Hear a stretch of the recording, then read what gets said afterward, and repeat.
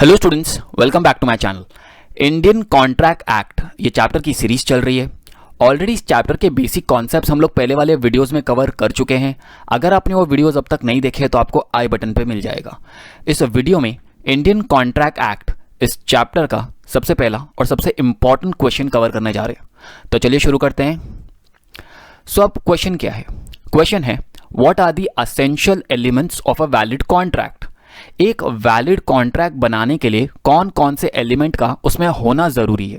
सबसे पहला एलिमेंट है अग्रीमेंट। अब अग्रीमेंट इस पॉइंट के अंदर क्या कहा है? In order to constitute a contract there must be an agreement in first place. इसका मतलब एक कॉन्ट्रैक्ट होने के लिए उसका अग्रीमेंट होना जरूरी है। अब अग्रीमेंट बनता कैसे है?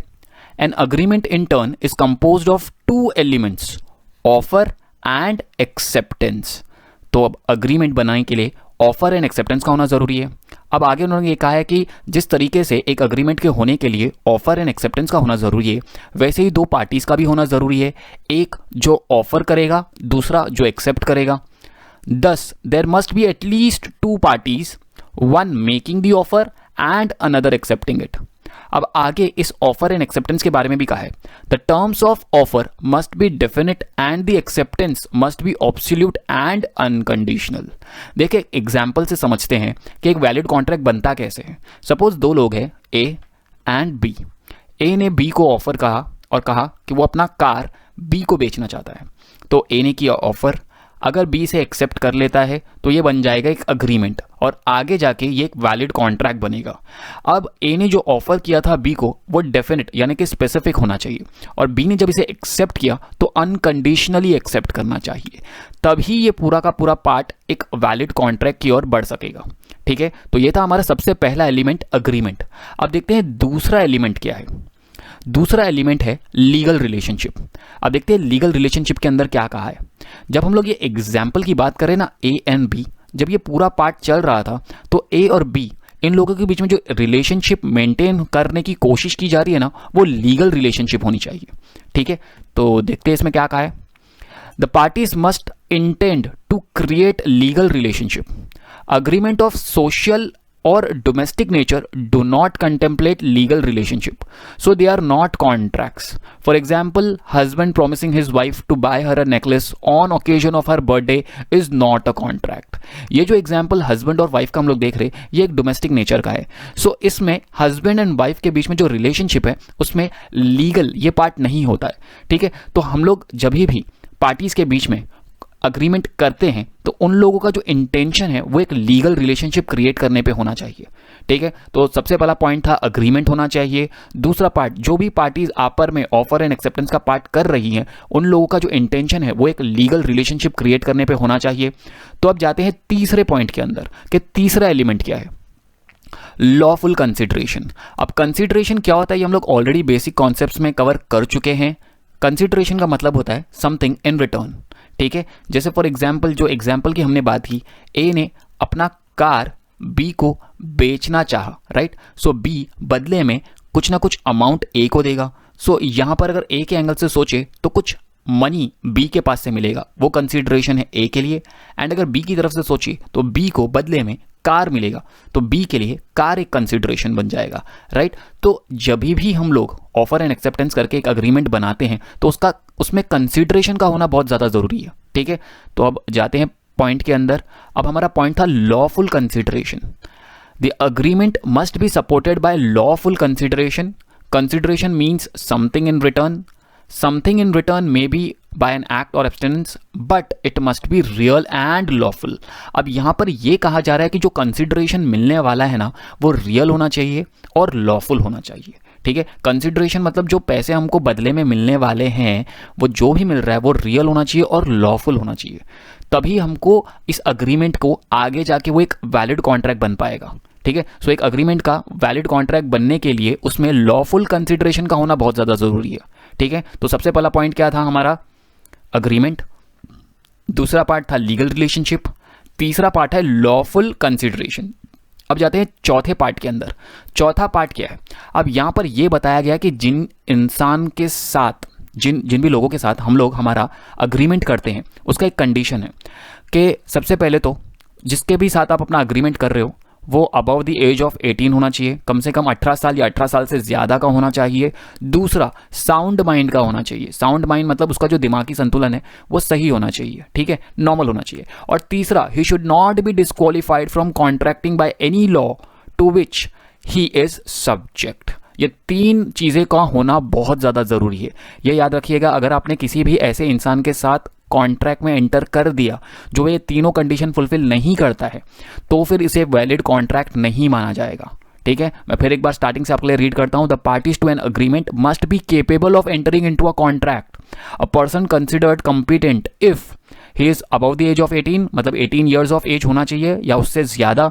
दूसरा, ऑफ साउंड माइंड। और तीसरा, ही इज नॉट डिस्क्वालिफाइड, मतलब किसी और लॉ ने उसे डिस्क्वालीफाई नहीं किया किसी भी अग्रीमेंट के अंदर एंटर करने से, ठीक है। अब ये जो थर्ड वाला पार्ट है ये क्या होता है, इसके ऊपर एक सेपरेट आंसर है, उसमें आप ज़्यादा डीप में समझ पाएंगे।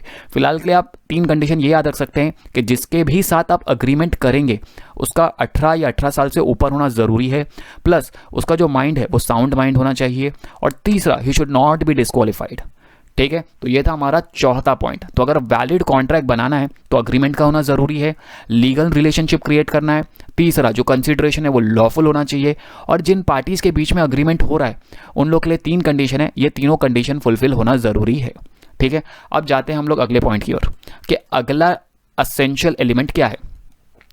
The object of the agreement must B lawful.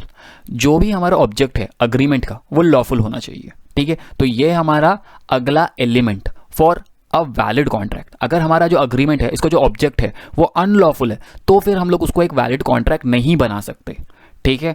Okay, तो अब आगे जाते हैं अगले पार्ट में, कंसेंट। अब कंसेंट क्या होता है, इसके ऊपर हमने काफ़ी डीप में पिछले वीडियो में ही कवर किया था कि कंसेंट को किस तरीके से यूज़ किया जाता है। कंसेंट का मतलब होता है रजामंदी, ठीक है। बट हमें कंसेंट नहीं, फ्री कंसेंट चाहिए। और फ्री कंसेंट क्या होता था उसके लिए एक बार रीड कर लेते हैं।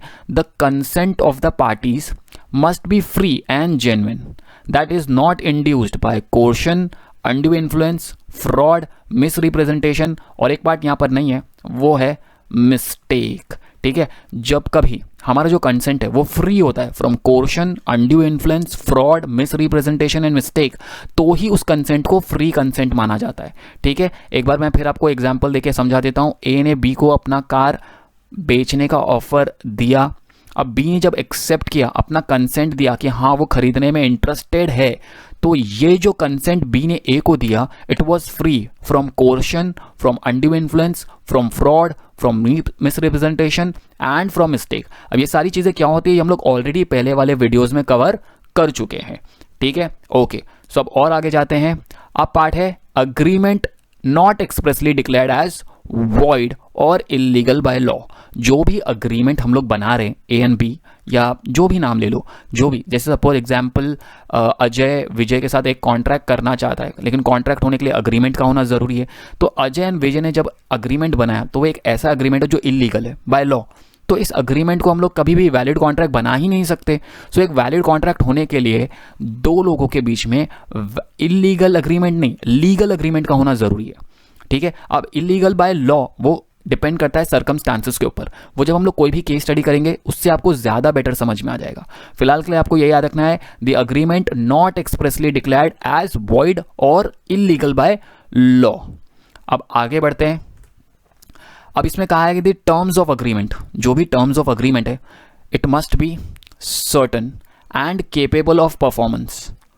For example, D agrees to sell garments to C, D agrees to sell C garments, ठीक है। अब यहाँ पर डी सी को क्या बेचना चाहता है, गारमेंट्स बेचना चाहता है, ठीक है। लेकिन यहाँ पर एक प्रॉब्लम है, the type, quality, value etcetera are not discussed, the agreement can not be enforced as the terms are uncertain. यहाँ पर सारी चीज़ें फिक्स नहीं की गई है कि क्या क्वालिटी रहेगा, क्या टाइप रहेगा, क्या वैल्यू रहेगी। तो यहाँ पर जो टर्म्स था ना वो सर्टेन नहीं था, अनसर्टेन था। तो ये अग्रीमेंट तो बन जाएगा इन लोग के बीच में, लेकिन एक वैलिड कॉन्ट्रैक्ट नहीं बनेगा, because it can not be enforced in the court of law, because जो इसके टर्म्स थे ना वो अनसर्टेन थे, ठीक है। ओके, अब देखिए आगे क्या बोला है। If a promises be to bring rainfall through magic, अब ये पॉसिबल है, a promises be to bring rainfall through magic, ऐसा पॉसिबल है नहीं। सो यहाँ पर जो परफॉर्मेंस है ना, इट इज़ नॉट केपेबल। तो यहाँ पर दोनों पार्ट होना ज़रूरी है कि जो हमारा अग्रीमेंट है वो सर्टन होना चाहिए, जो टर्म्स ऑफ अग्रीमेंट है वो सर्टन होना चाहिए, और plus capable of performance, perform करने के केपेबल भी होना ज़रूरी है। तो तभी वो अग्रीमेंट को हम लोग एक वैलिड कॉन्ट्रैक्ट में कन्वर्ट कर पाएंगे। ठीक है, तो इससे पहले हम लोग आगे बढ़े, वापस से हम लोग हमारे सारे पॉइंट देख लेते हैं। देखिए, सबसे पहला पॉइंट क्या था, सबसे पहला और सबसे इंपॉर्टेंट एलिमेंट क्या था कि अग्रीमेंट का होना ज़रूरी है। दूसरे पार्ट में उन्होंने कहा था कि जो भी दो पार्टीज़ हैं उन लोगों के बीच में जो रिलेशनशिप है वो कैसा होना चाहिए, लीगल होना चाहिए। तीसरा पॉइंट था कि जो भी कंसिडरेशन जो भी हमको मिलने वाला है वो लॉफुल होना चाहिए। जो भी पार्टीज़ जिन लोगों के बीच में अग्रीमेंट हो रहा है उसके लिए 3 कंडीशन है।